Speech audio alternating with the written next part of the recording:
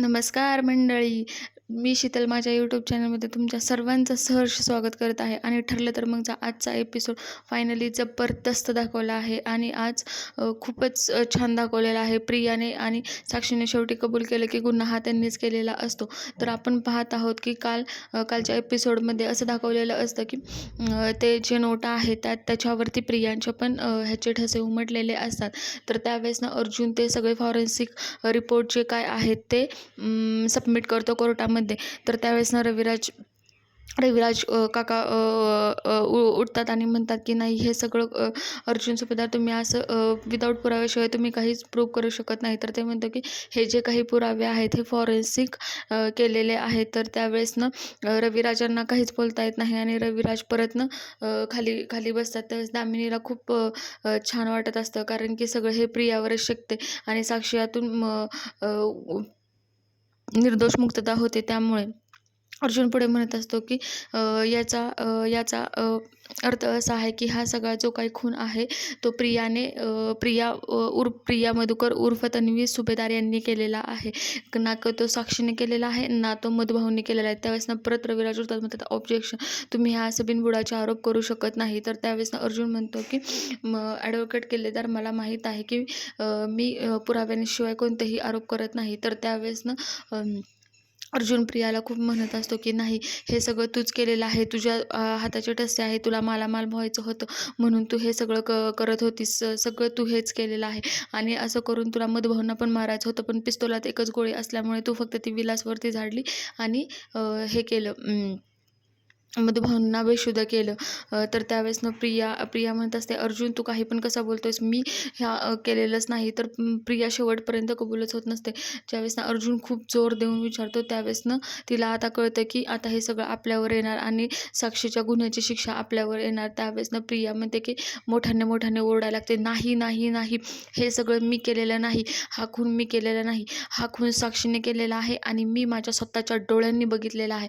ज्यावेळेस ना प्रिया अशी साक्ष देते, त्यावेळेस ना अर्जुनला आता कळलं की बाबांनो, हां, आता प्रिया जे काय आहे ते सगळं कोर्टामध्ये खरं खरं सांगणार आहे. त्यावेळेस ना सगळ्यांच्या रिॲक्शन अशा असतात की बाबांनो, प्रियाने शेवटी कबूल केलंच. मी आजपर्यंत ती बोलते की 2.5 वर्ष मी आजपर्यंत जे काही सांगितलं ते सगळं खोटं सांगितलं होतं, पण मी आता कोर्टामध्ये सगळं खरं खरं सांगणार आहे. जो गुन्हा मी केलेलाच नाही त्याची शिक्षा मी का भोगायची. मी तर 2.5 वर्ष ह्या साक्षीला पाठीमागं घातलं आणि हा खून तिने केलेला आहे, असं ज्यावेळेस ना ती बोलते, त्यावेळेस ना महिपतच्या सगळ्यांच्या अशा काही रिॲक्शन दाखवलेल्या आहेत. आणि त्यावेळेस ना सायलीला तर खूप आनंद झालेला असतो की फायनली मधुभाऊ निर्दोष म्हणून मुक्त होत आहेत. त्यावेळेस ना प्रिया म्हणते की हा खून आहे ते मी साक्षीने केलेला आहे. ती म्हणते की मी सगळं आज कोर्टाला खरं खरं सांगत आहे की हा खून मधुभाऊंनी न करता हिने केलेला आहे. तर त्यावेळेस आमचा असा प्लॅन झाला होता की त्यावेळेस आमचा असा प्लॅन झाला होता की मधुभाऊ कोणीही ह्याच्यामध्ये कोणीही नसताना आम्ही सगळ्यांनी साक्षीने आणि मी सगळे ते पेपर जे काय आहेत त्याचे ते सर्च करायचे त्याच्यामध्ये जाऊन. त्यावेळेस तिचा गुन्हा सांगत असते, त्या सगळ्यांच्या रिॲक्शन अशा दाखवलेल्या आहेत. आणि मी तिथे लपलेली होते आणि त्यावेळेस ना विलास पण आलता, पण विलास हा महिपत शिकरेचा माणूस आहे हे मला तोपर्यंत माहीत नव्हतं. मी खरं अर्जुन शपथ घेऊन सांगते की तोपर्यंत मला माहीत नव्हतं. ज्यावेळेस तिथे साक्षी आली त्यावेळेस ना साक्षीने मला हे सांगितलं की विलास हा आपलाच माणूस आहे, महिपत शिकरेचा माणूस आहे. त्यावेळेस ना महिपत उठतो आणि म्हणतो, ए पोरी, तू काही पण बोलू नकोस बरं का. जर तू काही पण अशी बोलायला लागलीस तर तुला मी जिद्दी सोडणार नाही. म्हणजे तो सरळ उठून धमकी देत असतो कोर्टामध्ये. तर त्यावेळेस ना जज म्हणतात, ऑर्डर ऑर्डर. आणि त्यावेळेस ना दामिनी म्हणते की महिपत शिकरे गप्प बसा, शांत बसा जागेवरती. त्यावेळेस महिपतची अशी काही रिॲक्शन असते. तर प्रिया आता सगळं पोपटासारखं बोलायला लागलेली असते आणि प्रिया तिचा गुन्हा कबूल करते. त्यावेळेस ना दामिनी म्हणते की मला क्रॉस एक्झामिनेशन करायचं आहे. तर दामिनी म्हणते की आजपर्यंत तुम्ही कोर्टामध्ये 2 वर्षाची काही साक्ष दिली आणि आता तुम्ही तुमची साक्ष का फिरवत आहात? तर त्यावेळेस ना एकदम अर्जुन उभा राहतो आणि अर्जुन म्हणतो की असं कुठल्याही याच्यामध्ये लिहिलेलं नाही आहे की साक्षीदार एखाद्याला जर वाटलं की बाबा आजपर्यंत आपण खोटं बोलत होतो आणि आता आपण खरी साक्ष द्यावी, तर हा त्याचा प्रामाणिकपणा आहे. असं कोणताही लॉ नाही आहे. तर त्यावेळेस ना जज म्हणतात ऑब्जेक्शन सस्टेन म्हणतात आणि पुढे दामिनी विचारते की मग आज का तुम्ही हे कबूल करताय? तुम्हाला इतक्या दिवस तुम्हाला ते करायची इच्छा नाही आहे झालेली. अशी ती प्रियाला क्रॉस एक्झामिनेशन विचारत असते. त्यावेळेस ना एवढ्या सगळ्यांच्या अशा बाकीच्या रिॲक्शन दाखवल्या आहेत आणि साक्षीला आता कळलेलं असतं की आता आपलं काही खरं नाही. आता आपण अडकणारच आहोत याच्यामध्ये. तर त्यावेळेस ना ही म्हणते दामिनी म्हणते की सांगा तुम्ही. तर ती म्हणते की आजपर्यंत मी ह्या साक्षीला 2.5 वर्ष पाठीशी घातलं. त्याच्याबद्दल मला बक्षीस मिळायचं तर सोडा, पण ती असं बोलते. तेवढ्याच दामिनी म्हणते माझं जे काही विचारायचं होतं ते विचारून झालेलं आहे. आता मला काहीही विचारायचं नाही. त्यावेळेस ना अर्जुनच्या मनात विचार येतो, आता हे सगळं खरं सांगणार. दामिनी तिच्याकडे अशी रागाने बघत असते. ज्यावेळेस ना ती सांगत असते त्यावेळेस ना की आम्ही काय केलं, कसं ढकललं, काय केलं, हे सगळं ते कोर्टात सांगत असते आणि म्हणत असते की साक्षीला मी खूप पाठीशी घातले, आता मी तिला घालू शकत नाही, असं प्रियाच्या सारखे वाक्य असते. आणि त्यावेळेस ना मग जज म्हणतात की आणि त्यावेळेस ना दामिनी म्हणते की आता मला काहीही विचारायचं नाही. त्यावेळेस ना महिपत शिकरेच्या अशा काही रिॲक्शन दाखवलेल्या आहेत आणि सायलीला तर खूप आनंद झालेला असतो. फायनली प्रियाने कबूल केला आहे. तर प्रिया म्हणते की आता मी माझा गुन्हा कबूल करत आहे. तर त्या रात्री नक्की काय झालं, कसं झालं, काय झालं, तर हे मी कोर्टाला सांगत आहे. त्यावेळेस अर्जुन म्हणतो की मला तुम्हाला सगळं विचारायचं आहे, कारण की दामिनी म्हणते की ह्यांचं कोणतं स्टेटमेंट आपण खरं धरायचं. तर त्यावेळेस ना अर्जुन म्हणतो की मी कोर्टाला अशी विनंती करतो की मधुभाऊंना तुम्ही बाहेर पाठवा. म्हणजे ज्यावेळेस ना प्रिया स्टेटमेंट देईल त्यावेळेस ते मधुभाऊंनी ऐकलं नाही पाहिजे, का तर आपल्याला क्रॉस व्हेरीफाय करायचं आहे. तर त्यावेळेस ना मग मधुभाऊंना बाहेर नेलं जातं आणि त्यावेळेस ना अर्जुन म्हणतो की हां प्रिया मधुकर उर्फ तन्वी सुभेदार, बोला आता नक्की त्या रात्री काय झालं होतं आणि कसं कसं झालं होतं हे तुम्ही मला कोर्टाला नक्की सांगा आता. तर त्यावेळेस ना प्रिया म्हणते की आमचा असा प्लॅन होता, आमचा म्हणजे माझा आणि साक्षीचा असा प्लॅन होता. त्यामुळं ज्यावेळेस ना आश्रमात कोणी नसेल त्यावेळेस ना आम्ही आश्रमाचे कागदपत्र चेक करायचे. त्यावेळेस ना मग आम्ही सिनेमा थिएटरमध्ये बघायला गेलो होतो. त्यावेळेस ना मी मध्येच माझं पोट दुखते म्हणून मी निघून आले तेथून. आणि तेथून मी निघून आले आणि कोण नाही हे दिसणं हे म दिसणं हे हे बघितल्यानंतरनं आम्ही सगळी झडती घ्यायची केली. आणि तिथे गेल्यानंतरनं साक्षी मला म्हटली की विलास हा आहे तो मैपाशीकडेचाच माणूस आहे. तोपर्यंत मला काहीही माहीत नव्हतं. आणि त्यानंतर मग आम्ही तिथून सगळं झडती हळूहळू झडती घेतली. तर तिथे तेवढ्यातनं मधुभाऊ आले आणि मधुभाऊंनी ते बघितलं की मग मधुभाऊंनी विचारलं साक्षीला की हे तुम्ही काय करत आहात, हे असं का करत आहात. जोपर्यंत मधुभाऊ म्हटलं की माझ्या जीवात जीव आहे तोपर्यंत मी तुम्हाला हा आश्रम विकणार नाही. तर तो जो काही प्रकार होता, म्हणजे जो काही झालेला आहे तर मी आपल्याला सांगताना दाखवली आहे आणि हे आपल्याला व्हिज्युअलायझेशन केलेलं आहे. तर त्यावेळेस ना तो म्हणतो की म्हणतात तू गद्दार निघालास. त्यावेळेस विलास तिथून बंदूक काढतो आणि तो रोखतो. तर त्या झटापटीमध्ये साक्षीकडून विलास काकांना गोळी लागते. असं हे सगळं तन्वी सांगत असते आणि मी तिथं सगळं उभं राहून बघितलेलं असतं. हे सगळं सांगत असते आणि कोर्टामध्ये सगळ्यांच्या अशा काही वेगवेगळ्या रिॲक्शन्स असतात. आणि त्यानंतरनं विलासचा खून झालेला असतो आणि तो साक्षीने केलेला असतो. हे सगळं प्रिया कोर्टामध्ये कबूल करते. त्यावेळेस ना सगळेजण आश्चर्यचकित होतात आणि त्यावेळेस ना मग अर्जुन म्हणतो की आता ह्यांचं स्टेटमेंट क्रॉस व्हेरीफाय करण्यासाठी मी कोर्टाला विनंती करत आहे की आता आपण मधुकर भाऊंना बोलवलं पाहिजे. तर त्यावेळेस ना कोर्ट ऑर्डर देतं की मधुभाऊंना घेऊन या. तर मधुभाऊंना घेऊन आल्यानंतरनं प्रिया खूप रडायला लागते. त्यावेळेस ना प्रियाला असं सुचत नसतं की आता जे काही झालं ते संपले, आता आपल्या बाजूने कोणी नाही, असे तिच्या मनामध्ये विचार चालू असतात. त्यावेळेस ना अर्जुन म्हणतो की अर्जुन विचारतो की मधुभाऊ, तुम्ही त्या खुनाच्या दिवशी काय झालं आहे तुम्ही कोर्टाला सांगू शकशाल का? तर मधुभाऊ म्हणतात, हो, मी सगळं कोर्टामध्ये सांगेल की नक्की त्या दिवशी काय झालं. तर मधुभाऊ म्हणतात की मी नेहमीपेक्षा पण उशिरा त्या दिवशी आलो. तर त्या दिवशी उशिरा आल्यावरती मी बघतो तर सगळं आश्रम उघडा होता. तर मी विलासला म्हणलो की तू कतार आहेस आणि तू हे असं का केलंस? आणि तेवढ्यात विलासने बंदूक काढली, माझ्यावरती रोखली आणि त्या झटापटीमध्ये साक्षीकडून विलासला गोळी लागली.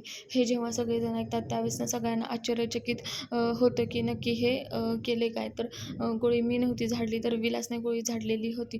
हे सगळं ज्यावेळेस मधुभाऊ सांगतात त्यावेळेस ना अर्जुन म्हणतो की मला वाटतं तुम्ही बघितलं, दोघांचे पण स्टेटमेंट एकदम सेम आहेत. कोणाच्या पण स्टेटमेंटमध्ये तथ्य हे नाही. त्यामुळे इथंच प्रूव्ह झालेलं आहे की दोन्ही पण स्टेटमेंट खरे आहेत आणि प्रिया मधुकर ह्या खरं बोलत आहेत आत्ता.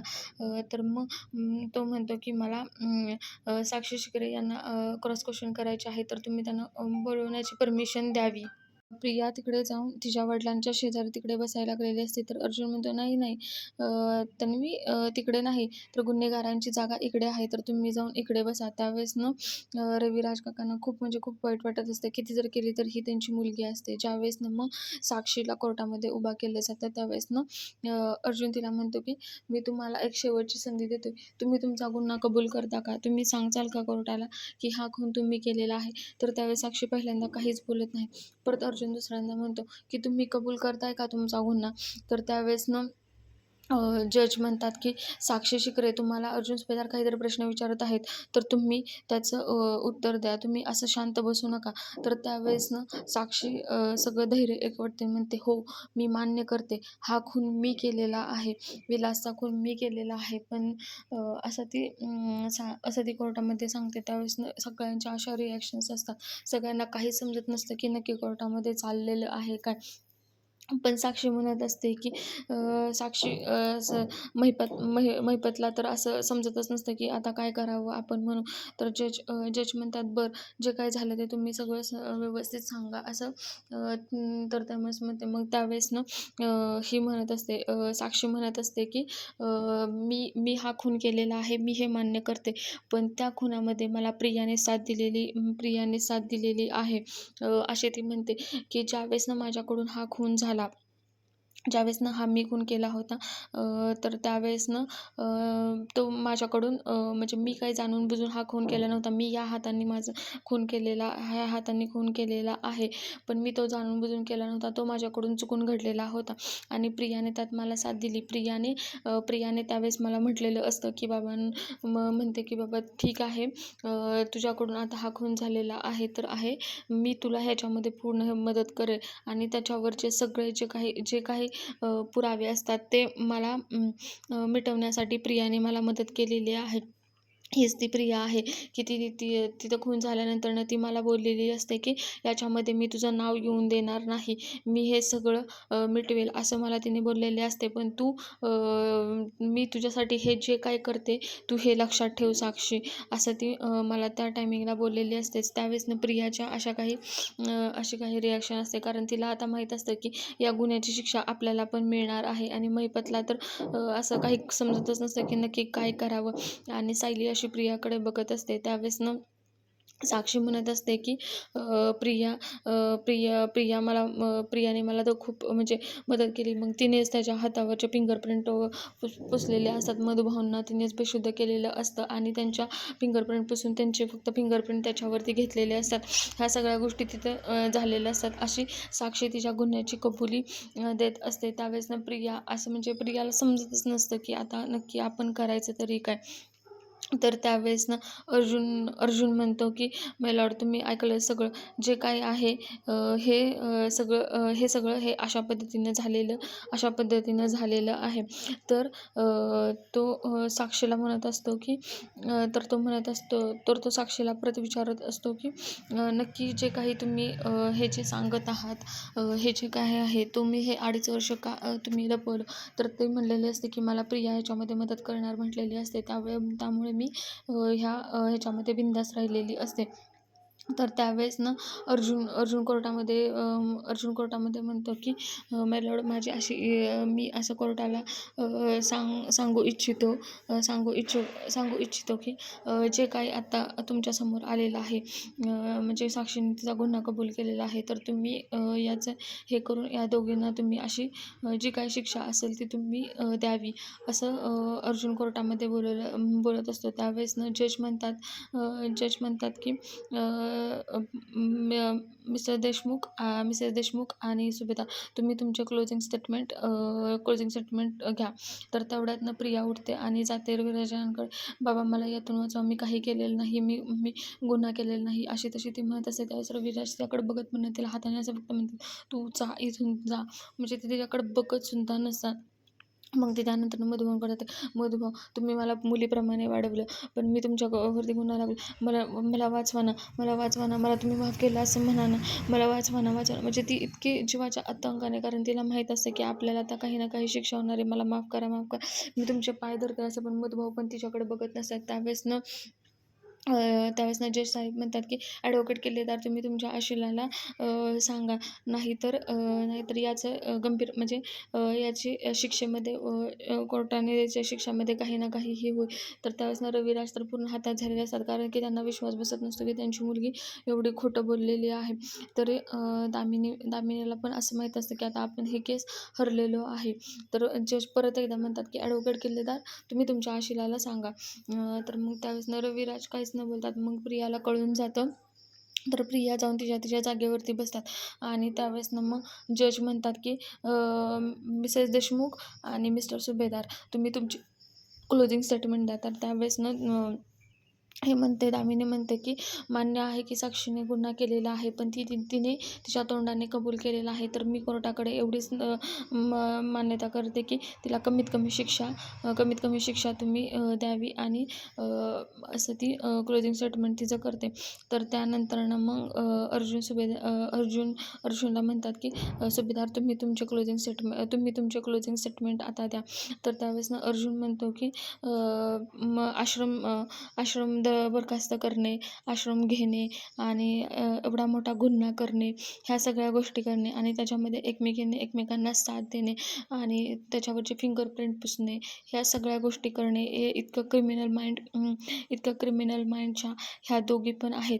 तर अशा दोघींना पण काही ना काही तुम्ही शिक्षा सुनवावी. म्हणजे जास्तीत जास्त कडक जेवढी शिक्षा असेल तेवढी तुम्ही सुनवावी.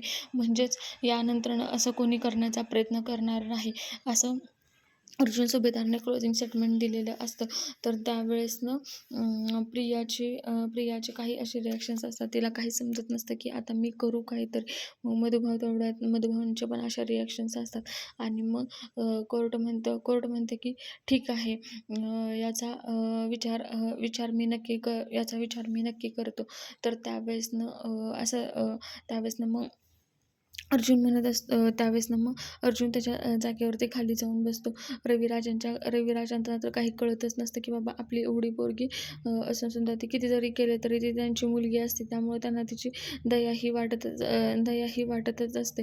त्यामुळे आता नवीन प्रोमोमध्ये तर दाखवलेलं आहे, की प्रियाला 7 वर्षांची शिक्षा दिली.